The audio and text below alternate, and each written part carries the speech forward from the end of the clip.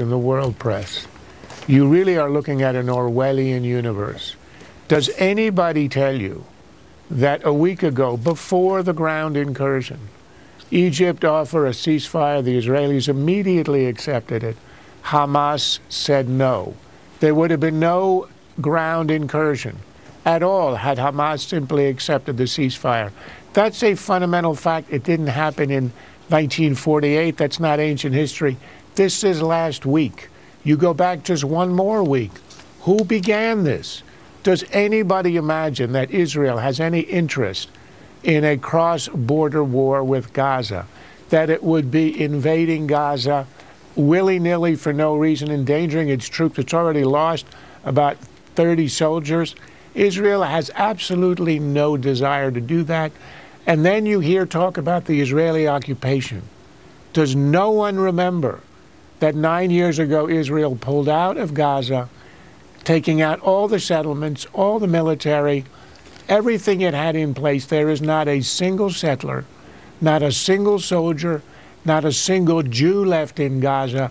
And does anybody remember, or does anybody report, that when the Israelis left, they left 30,000 greenhouses where they grew flowers and fruit for export and gave it to the Gaza Palestinians, wanting to encourage economic development, open commerce, and peace.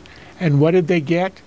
The Palestinians have spent 9 years turning Gaza, instead of into a free Palestinian state, into a terror camp with rockets, mortars, and tunnels. That's where all the cement went. That's where all their effort went. That's where all the money went. Charles, I find this morally inexplicable to me. You have Israel as a beacon of freedom, an outpost of liberty, and what are they surrounded by? Ruthless, genocidal dictators and terrorist groups. I can run through the names and the lists of them, dedicated to their destruction. Even this very day, we have the grand poobah in Iran talking about wiping Israel off the map again.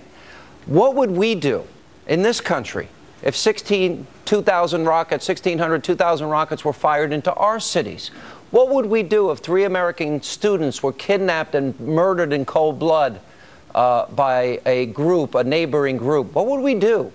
To me, this is a simple equation, but the president doesn't seem to have that moral clarity. What is wrong with him? Look, I would put the weight of this not on the president. I would put it on the media. I would put it on the reporters.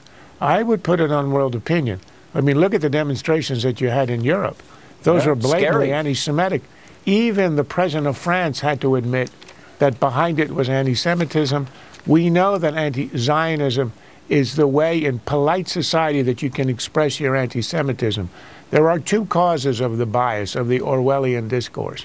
Number one, particularly in Europe, less in the U.S., but particularly in Europe, this is rank, centuries-old anti-Semitism, simply with a veneer of anti-Zionism. They attack Jews, they attack synagogues, they hurl epithets and insults from hundreds of years ago from the Middle Ages. This is raw, rank anti-Semitism, which continues. There was a 50-year hiatus in Europe out of shame over the Holocaust where you weren't allowed to be anti-Semitic. That is over. We are now back to where we were. The second reason, and the more prevalent one among the American media, is simple, rank ignorance. They don't know the story. They do not know the history I just talked about a few minutes ago. They don't know what Israel offered Gaza, what it offered the West Bank. Do you ever hear anybody report that when Israel left Gaza 9 years ago unilaterally, at the same time it dismantled 4 settlements in the West Bank? That was a signal from Ariel Sharon that he wanted to eventually leave all the territories and live in peace with the Palestinians in Gaza and the West Bank.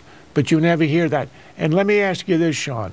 Outside of Fox, how many news outlets have reported that the United Nations agency in Gaza has found in not 1 but 2 schools rockets?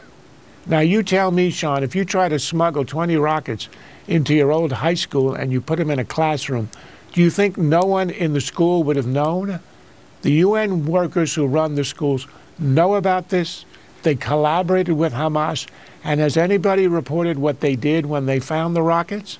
They turned them over to Hamas, which will be used to kill innocent Jews. And by the way, the American government is giving that coalition Palestinian Hamas government taxpayer dollars, just like we gave President Morsi, the former head of the Muslim Brotherhood in Egypt. We're making this is a very scary time to see so many people lined up on the wrong side of morality here. Charles Krauthammer, good to see you.